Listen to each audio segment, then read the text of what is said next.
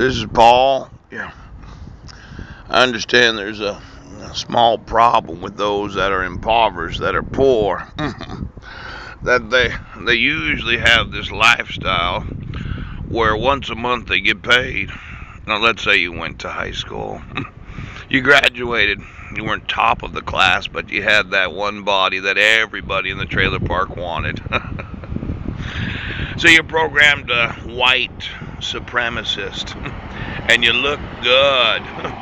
But once a month, it seemed like you got that money. It might have been your parents.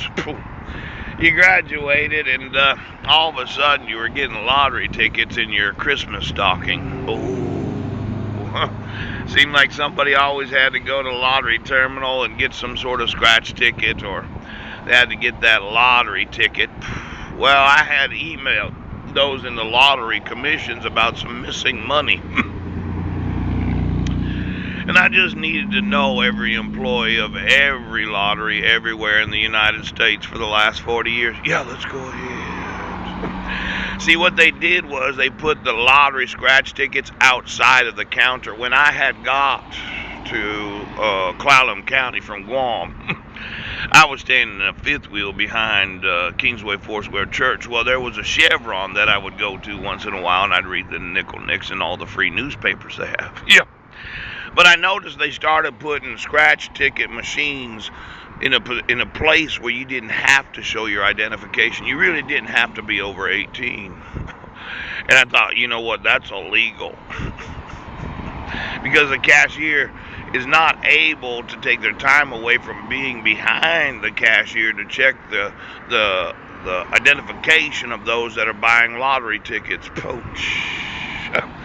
When I saw that, I noticed that there was like this behind my brain type of suggestion. Well, why don't you just buy some lottery tickets? Why don't you get some scratch tickets? And I thought, that must be infrared satellite system that had the GPS location of every one of those lottery machines that were scratch ticket machines that a lot of very attractive supremacist black women got involved with. It's almost like the government paid you the money you got every month, then took it all back because you're addicted to gambling. Now, I had made mention that I was going to have to sue for that because it seemed to me that if you're going to put lottery machines, scratch ticket machines outside or behind the counter of the cashier, yes, well, then you should have cigarette machines and pornography machines too. Yes. Because it was that certain governments were no longer really carding those that were buying scratch tickets. Why are they carding them to buy cigarettes? Why are they carding them to buy pornographic magazines? I thought what I'd do is I'd buy a couple thousand pornographic magazines and maybe 1,000 cases of cigarettes and just hand them out to every person that looked like they were over 18. Now, I know a lot of people would disagree with my approach to this.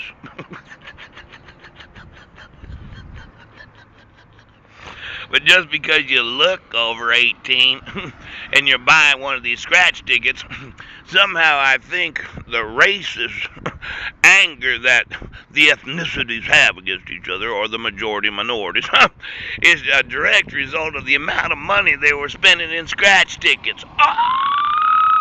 Oh! Now, as I said, Paul, I'm going to need to know every employee of every lottery in every state. How much revenue did it generate for the states? And then how many of these machines did you put outside of where the cashier is, where they do not card those that buy scratch tickets?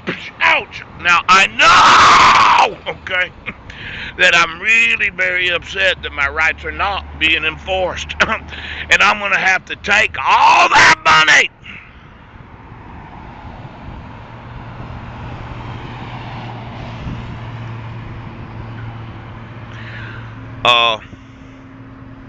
who was it that's been controlling all of the lottery ticket purchases, and what satellite systems have been on the GPS locations of the scratch ticket machines? Seemed like those that grew up poor were giving back every month in a little known tax called We Program Gambling Addictions.